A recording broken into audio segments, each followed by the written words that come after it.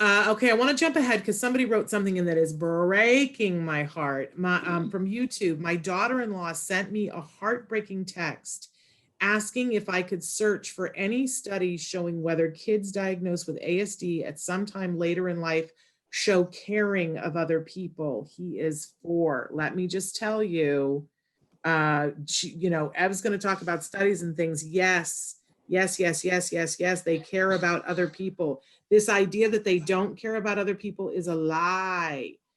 There are times when our kids will demonstrate and it looks like, oh, they have no empathy, but usually that's other things that are going on or they're not understanding context. But I'll let you hear from the expert. I just want you to know my kid cares deeply about other kids. And at 4, you couldn't have seen evidence of that. Yeah, and I would say I think parents worry about this, and I always say, you know what, worry about teaching everything a 4-year-old should know first.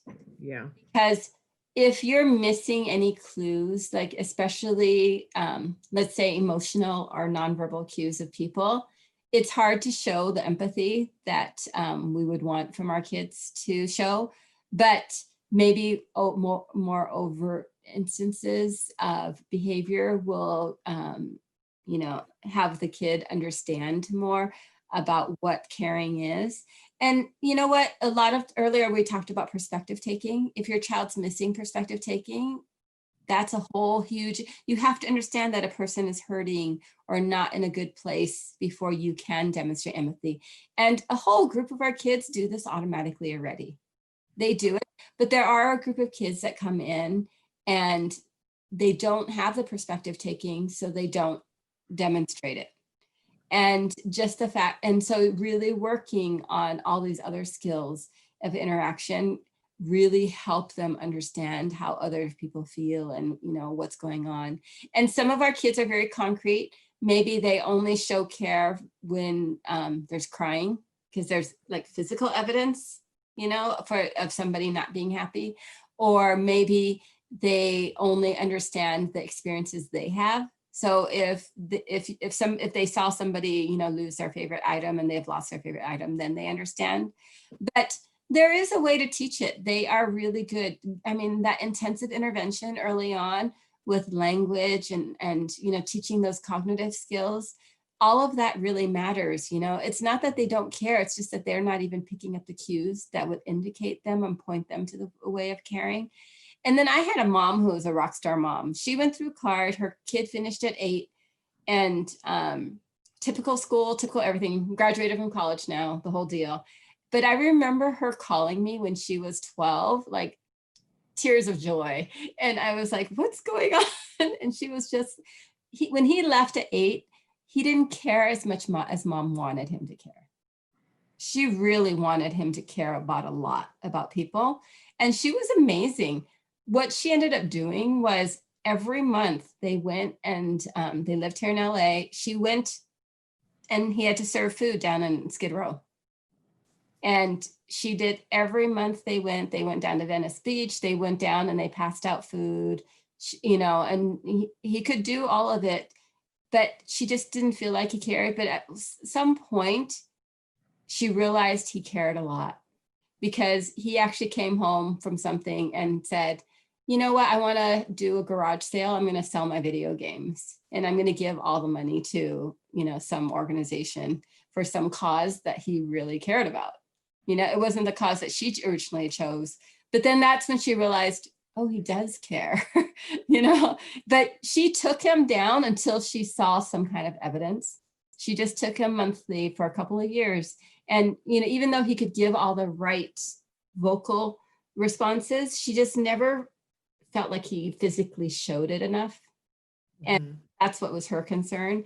And she did that for a couple of years. And at a certain point when that happened, she was like, oh, he does care.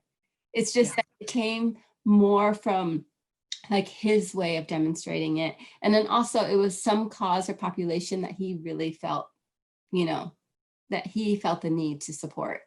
And then she saw all the caring come out in that need. And we see that all the time for everybody.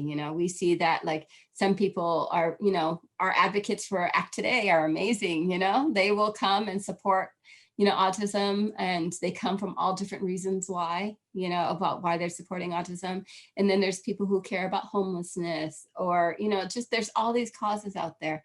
They do. You can teach it, but this is where it goes back to he's 4. He should be having early intensive intervention, because you need all those other skills to be building alongside of it for it to really show in the way that Yes. that mom's going to want. The thing that I would want to know is, I would be asking your daughter-in-law, are you doing intensive ABA? Like, is she doing between 30 and 40 hours of ABA with this little customer? And, but what I hear is the fear, and I can relate to the fear, because when my child was 4, I wondered the same thing. But if she just needs to know that there's hope and that there's promise, you can write to me, s.penrod@autism-live, send me your phone number, and I will have my son call her, and she can talk to my son who was nonverbal, self-injurious, and showed no indication that he even knew that other people existed when he was 3. I'll be happy to put him on the phone with her, and she can see that, yes, in fact, and he'll, like, his friends at high school call him the doctor, because he's the one that they all run to when they're having a problem. And he talks it through with them. They absolutely care. So our mom about the toilet, and I said, what about the bidet thing? She said they would drink out of the toilet. We don't want that. Don't get this toilet squirter if you think your child will drink out of the toilet. Let's ixnay on that.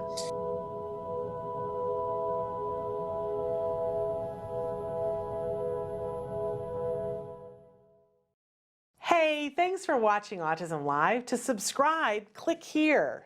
And if you'd like to check out some more of our videos, click here.